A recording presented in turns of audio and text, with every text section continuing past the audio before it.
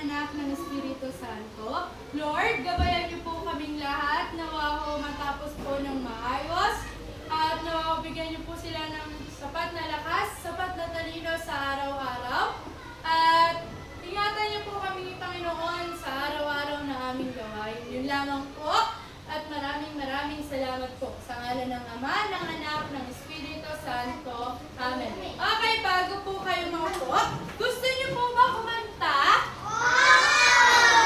Okay. Alam niyo po ba yung katang Leron, Leron, Sinta? Hindi po alam ang Leron, Leron, Sinta. Okay, pag alam po ang Leron, Leron, Sinta, yun po ang tono ng kakantayin natin. Maliwanag po? Okay. Simulan na po natin.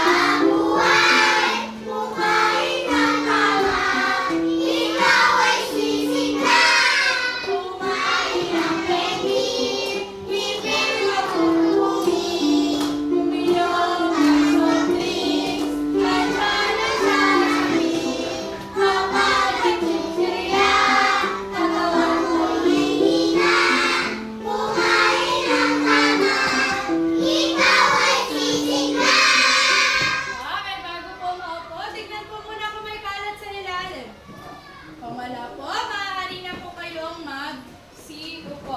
Okay, ngayon po, may ibibigay po ako sa inyong maga. Okay, silakan po. Bigay po sa katabi, yung iba. Ito po. Okay, makinig po. Dito po ang tingin. Gab? Dito na po ang tingin. Huwag na pong namimili, pare-pareho lang po yan. Maliwanag? Okay. Ngayon po, tahimik na po. Handa na po ba? Tikom na po ang bibig. Handa na po. Okay. Ngayon po, may ipapakita po ako sa inyong mga larawan na ligtas at hindi ligtas. Kapag po ligtas, ang itataas, right taas. Kapag po hindi ligtas, okay, handa na po ba? Handa na po ba? Okay, simulan na natin. Okay,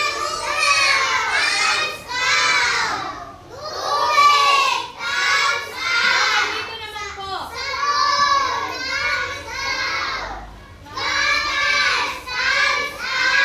Okay, dito po tayo. Okay,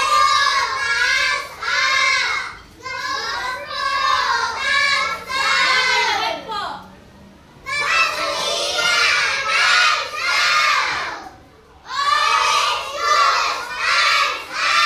Okay, magaling mga bata.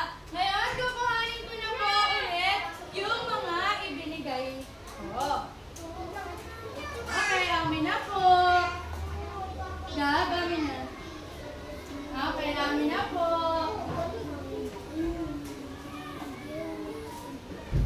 Okay.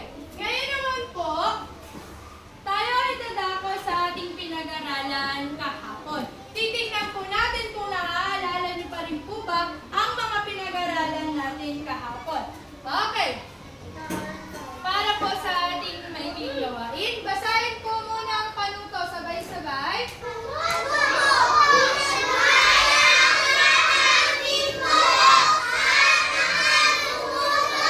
Okay, narito po yung iba't ibang simbolo. Wala pa po akong tinatawag para magtaas po ng kamay.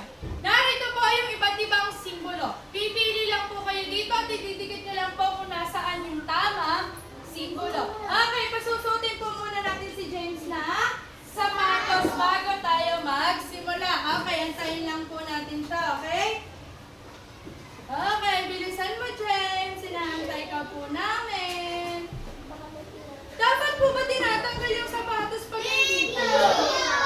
Hindi po. Okay. Handa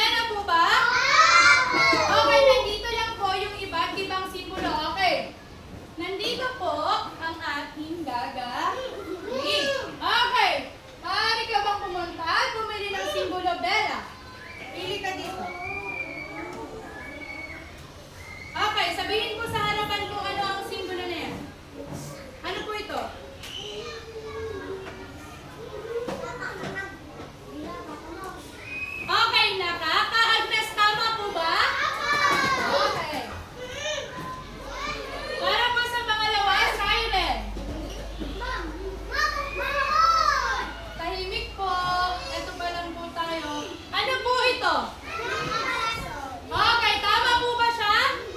Nakakalason po ba to? Okay, susunod po. James. Itigan po yung bibig, ibaba yung kamay. Okay, ano po yan? Sabihin mo na sa harapan. Okay, nakakakuryente po ba to? Okay, susunod na simbolo. Althea. Okay, ano po yan? Sabihin po sa harapan. Okay, tama po ba nakakasunod po? Okay, para sa huling simbolo, Whitley. Okay, sabihin po sa harapan po ngayon. Okay, panlabas na gamit. Tama po ba siya? Okay. Magaling mga bata, nasagutan ninyo ang mga larawan na ipinakita ko at ang ating pinag-aralan kahapon. Okay, dahil po nasagutan ninyo, bigyan niyo po ang inyong sarili ng tig-tilao clock. Alam po ba yung tig-tilao clock? Okay, kung hindi po, ganito lang po. 1, 2, 3, 1, 2, 3. Tig-tilao. Okay, lahat po, tayo po tayo. Okay, sabay-sabay. Okay, maupo na po. Okay.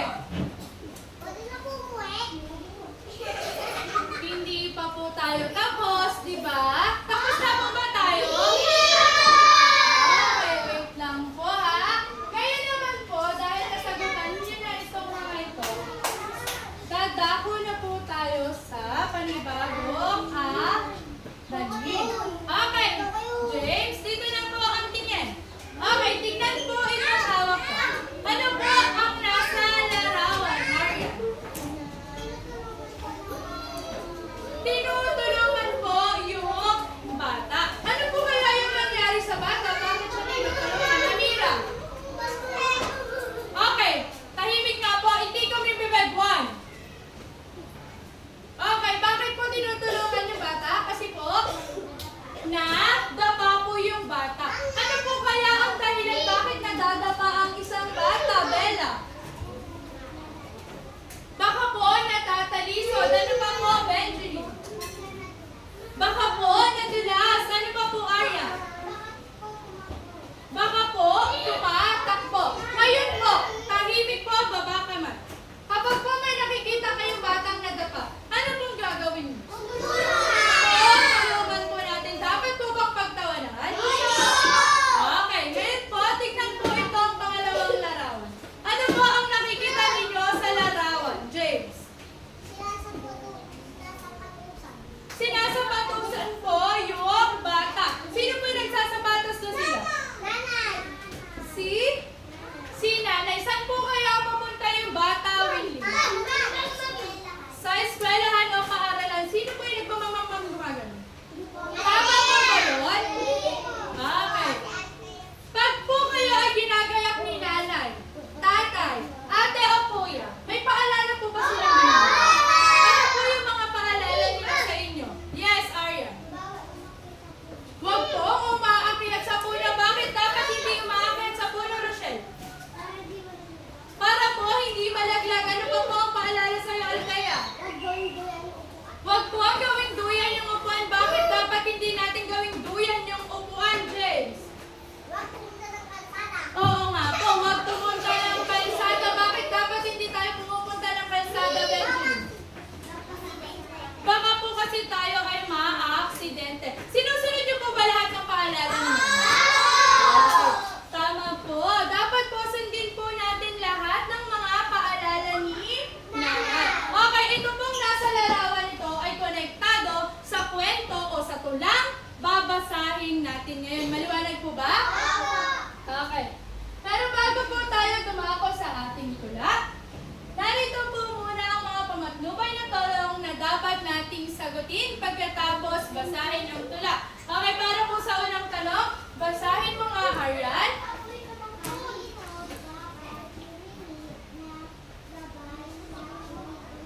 Okay, salamat po. Para po sa pangalawang tanong, basahin mo nga, Rochelle.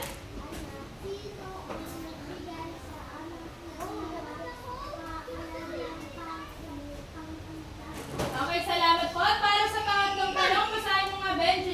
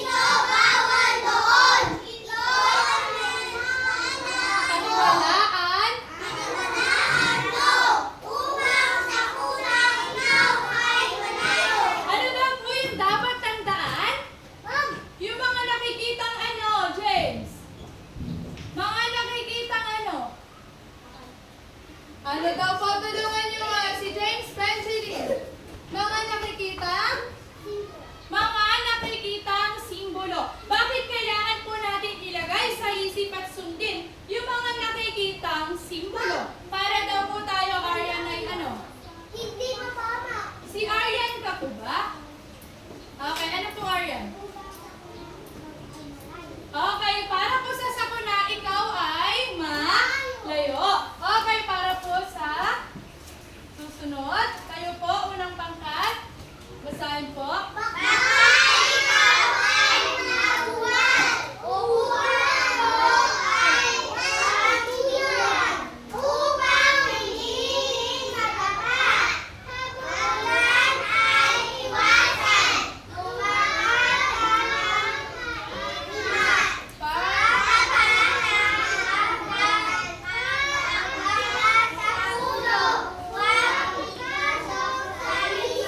Okay, ano daw po? Yung dapat natin hindi gawin para hindi tayo makuwal. Huwag nating ano? Gab. Sigab ka po ba? Ano po ang tamang pagsagot? Sabay-sabay nga po tayo. Itaas. Tama. Okay, Gab. Ano po? Huwag po idinuduyan nyo. Opo. Okay. Para daw po hindi tayo madapa. Ano yung dapat nating iwasan? Bella. Yung pagtakbo o yung, Bulan, ano daw po yung dapat natin hindi ilagay sa isipan? Yung pag-akyat saan? Amira?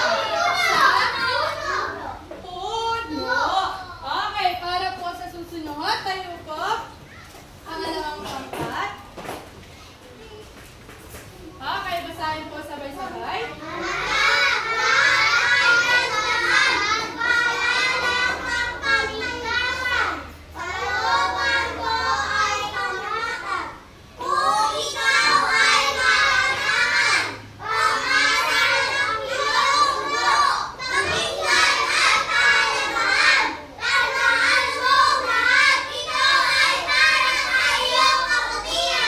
Okay, ano daw po yung dapat laging tandaan?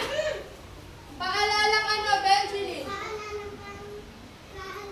Okay, paalalang pangkaligtasan. Bakit daw po? Para panatag ang ano ni nanay o ni ng magulang? Looban. Okay. Sino po ang pakikinggan natin kapag nasa paaralan? Guro. Maliwanag po ba, Winlin? Antayin lang po natin si Winwin na makaupo. Dapat po ang pinakikinggan natin, Jim, walay ang ating guro. Bakit po kaya dapat natin pakinggan ng ating guro? Para po tayo ay malayo saan? Kapahamakan. Ngayon naman po, babalikan na po natin ang mga pangatlubay na tanong. Okay. Dito po tayo ulit sa unang tanong. Basahin mo nga ang unang tanong.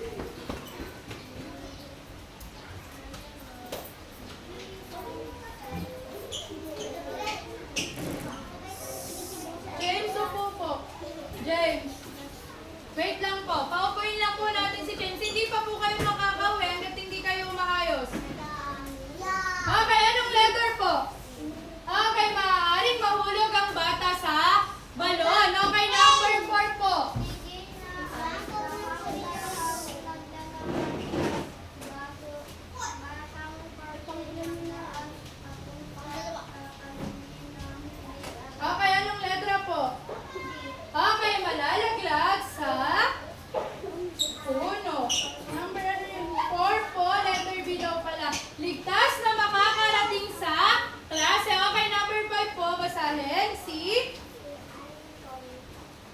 umaakyat sa puno. Dito po ang tingin.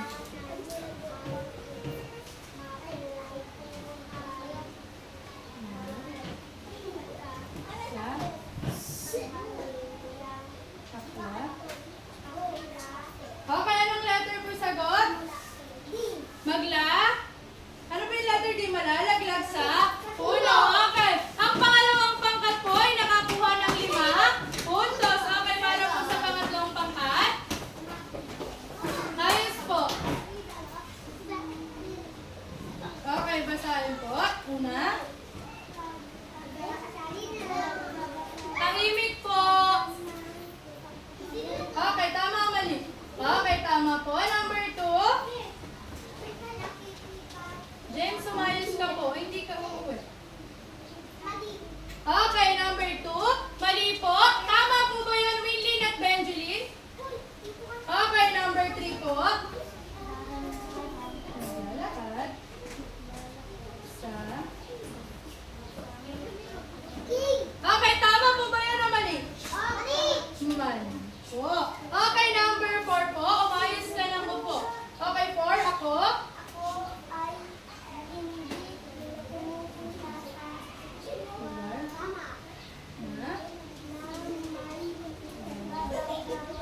Tumahimik po. Suwas. Tumapi. Suwas.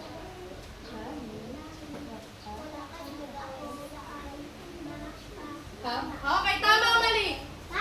Okay, number 5 po. 5, Michelle. Okay, ikaw na po sa 5. Pag lalaruan.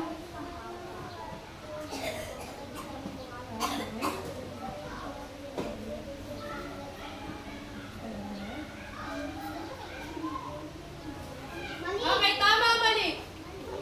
Mali po, okay. Ang pangatlong pangkat po ay nakakuha din ng 5 puntos. Dahil po, nasagot niyo po ang lahat ng gawain. Bigyan niyo po ulit ang inyong sarili ng titilaong clap. Okay kayo po? Okay, sabay-sabay. 1, 2, 3, go!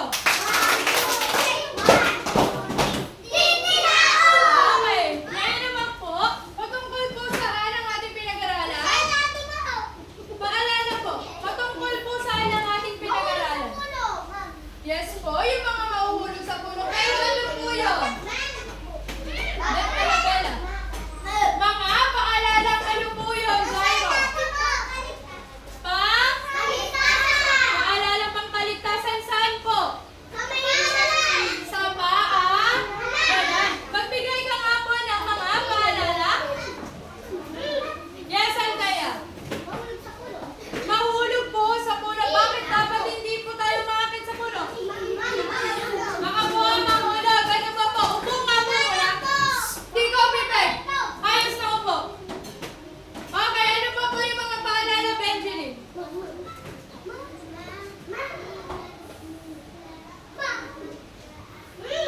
Mag-ingat sa pagtaas at pagbaba sa hagdan. Bakit kailangan nating mag-ingat, Gab?